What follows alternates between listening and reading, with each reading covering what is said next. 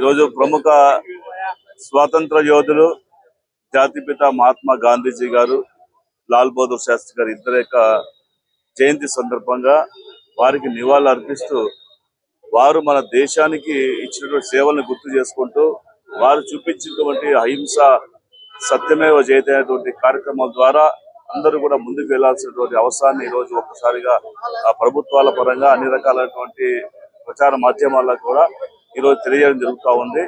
మనమందరూ కూడా ఎప్పటికీ వీరి సేవను గుర్తించుకోవాల్సిన బాధ్యత అందరి మీద ఉంది. ఎందుకంటే బ్రిటిష్ సామ్రాజ్యాన్ని కూకటి వేలతో ఎదిరించి అహింసా మార్గం ద్వారానే మన భారతదేశానికి స్వాతంత్రాన్ని తీసుకొచ్చినటువంటి మహాపురుషులుగా ఈ రోజు జాతిపితగా కొనియాడబడుతున్నటువంటి మహాత్మా గాంధీజీ గారిని వారు ఈ యొక్క భారతదేశంలో గ్రామీణ ప్రాంతాలు బాగుంటేనే దేశం సుభిక్షంగా ఉంటుందని చెప్పేసి గ్రామీణ భారతీయం అని చెప్పేసి ఒక లక్ష్యంతో పనిచేయవలసిందిగా వారు ఇచ్చిన పిలుపు మేరకు ఈ రోజు స్వచ్ఛతా హీ సేవా కార్యక్రమం ద్వారా అనేకటువంటి స్వచ్ఛత కార్యక్రమాలు ఈ రోజు రాష్ట్ర వ్యాప్తంగా దేశవ్యాప్తంగా నరేంద్ర మోదీ గారు అదేవిధంగా నారా చంద్రబాబు ఇచ్చే పిలుపు మేరకు జరుగుతున్నాయి.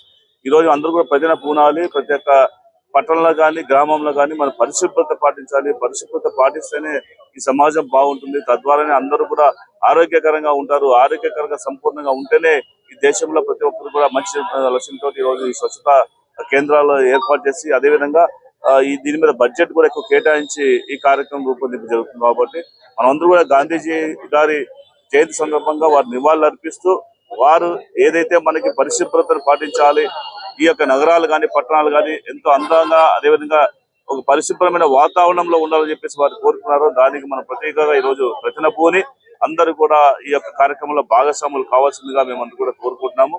అదేవిధంగా ఈ రోజు చాలా వరకు చూస్తున్నాం. ఈ రోజు గ్రామాల్లో ఉన్నటువంటి వారు కూడా ఈ రోజు మురుగునీటి కాల వ్యవస్థను కానీ లేకపోతే ఇవన్నీ కూడా గతంలో తెలుగుదేశం పార్టీ హయాంలో ఉన్నప్పుడు నారా లోకేష్ గారి పంచాయతీరాజ్ శాఖ మంత్రిగా ఉన్నప్పుడు అనేక కాలువలు నిర్మించి ఆ యొక్క పట్టణాల్లో కానీ గ్రామాల్లో కానీ అనేక వీధుల్లో రోడ్లు నిర్మించి ఏర్పాటు చేస్తే గత 5 సంవత్సరాల పరిపాలనలో పూర్తిగా కుంటుపడిపోవడం వల్ల ఎక్కడికైనా అభివృద్ధి జరగలేదు. తిరిగి మళ్ళీ నారా చంద్రబాబు గారి ఆధ్వర్యంలో ఈ రోజు మన రాష్ట్రం సర్వతోముఖాభివృద్ధి చెందేలాగా ఈ రోజు అనేక కార్యక్రమాలు జరుగుతూ ఉంది.